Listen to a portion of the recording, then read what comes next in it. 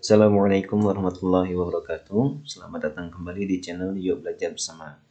Baik teman-teman semuanya, insya Allah kali ini kita akan coba membuat video mengenai perhitungan PPh 21, di mana ketika seorang karyawan itu dia berhenti bekerja, tetapi kewajiban perpajakannya masih berlanjut. Nah, di sini kasusnya adalah Tuan Hazmi menerima gaji 28 juta sebulan dari PT Firdaus. Perusahaan tersebut mengikuti program pensiun dan jam sostek. Perusahaan membayar iuran pensiun dan pendiriannya telah disahkan oleh Menteri Keuangan sebesar 150.000. Nah, ini angka 150.000 ini tidak kita masukkan nanti. Hazmi juga membayar iuran pensiun 200.000 per bulan. Nah, ini kita masukkan sebagai nanti pengurang. Di samping itu, PT Firdaus membayarkan iuran jaminan hari tua karyawannya sebesar 2% dari gaji. Kemudian Hazmi membayar iuran jaminan hari tuanya 1% dari gaji. Adapun premi jaminan kecelakaan kerja dan jaminan kematian dibayar oleh pemberi kerja dengan jumlah masing-masing 0,5 dan 0,3% dari gaji. Nah, informasinya di sini tambahannya adalah pada akhir bulan September, artinya sebelum Oktober, Tuan Hazmi memutuskan berhenti bekerja. Tapi di sini kewajiban perpajakannya masih berlanjut karena September, Oktober, November, Desember dia masih punya kewajiban untuk pajak.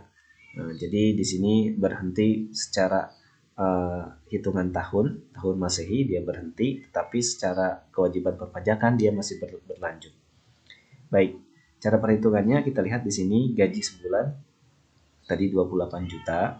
Kemudian tadi kan ada informasi bahwa pemberi kerja itu memberikan jaminan kematian dan jaminan kecelakaan kerja untuk 0,5 itu jaminan kecelakaan kerja dan 0,3 untuk jaminan kematian dari gaji pokok, yaitu dari 28 juta. Nah, masing-masing angkanya ada 140.000 dan 84.000. Nah, ini menjadi penambah untuk gaji Tuan Hazmi selama sebulan. Jadi penghasilan brutonya selama sebulan adalah 28.224.000. Kemudian kita kurangi dengan biaya jabatan. Nah, biaya jabatannya sama 5% dari 28.224.000 dari gaji pokok. Kan kalau kita hitung sebetulnya ini hasilnya adalah kurang lebih, nah ada 1.400.000, tapi karena dia batas maksimalnya 500.000 per bulan, jadi kita pakai hanya 500.000. Kemudian tadi ada iuran pensiun yang dibayar oleh Tuan Hazmi 200.000 dan iuran JHT 1%. Nah, kita lihat dulu. Nah, ini dia 1%. Nah, ini 1% dari gaji. Berarti 1% dari 28 juta. Kita masukkan di sini.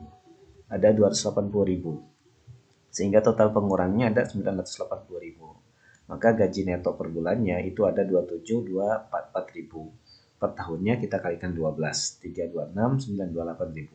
Nah, kita hitung PTKP-nya. PTKP-nya dianggap Tuan Hazmi sudah menikah, tapi belum punya anak, jadi 58.500. Kemudian PKP-nya berarti penghasilan neto setahun. Yang ini berarti kita lihat rumusnya ini 326.928 dikurangi 58.500. Kemudian besar pajaknya karena 268 berarti dia lapis 3. Lapis pertama itu 5%, kedua 15, ketiga 25%. Nah, untuk yang 5% ini kisaran 60 juta, yang 15% sampai 190 juta, dan yang ini 18 juta ini dari sini.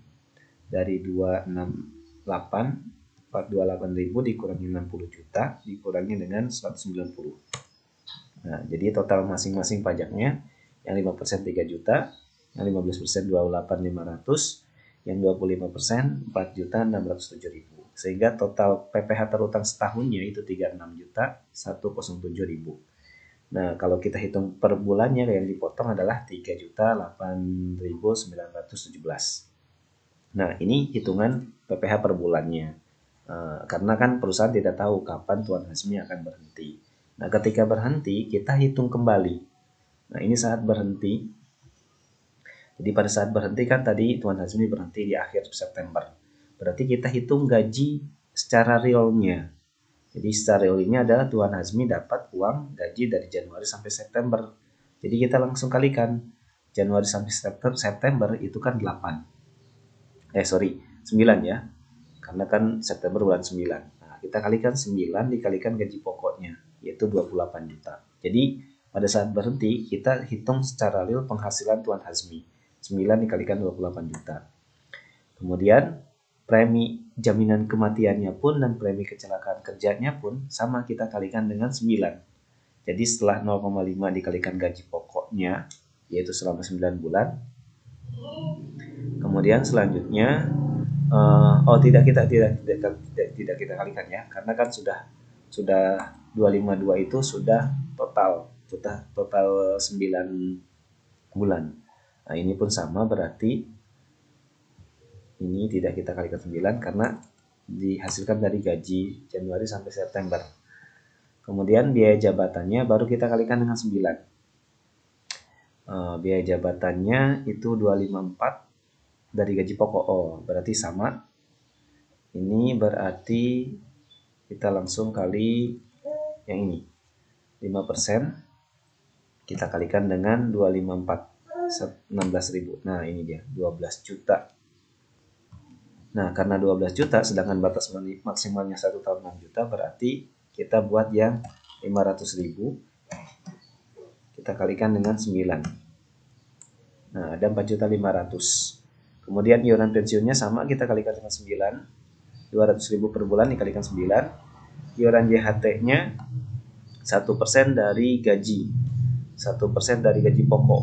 Berarti kita buat 1% dari gaji pokok. Gaji pokoknya yaitu 252 ya. Oh iya betul, berarti kita langsung ke sini. Nah, jadi ada 2.520.000 untuk iuran JHT-nya. Jadi untuk JHT-nya itu kan 1% dari gaji pokok. Gaji pokoknya tadi selama 9 bulan 252 juta.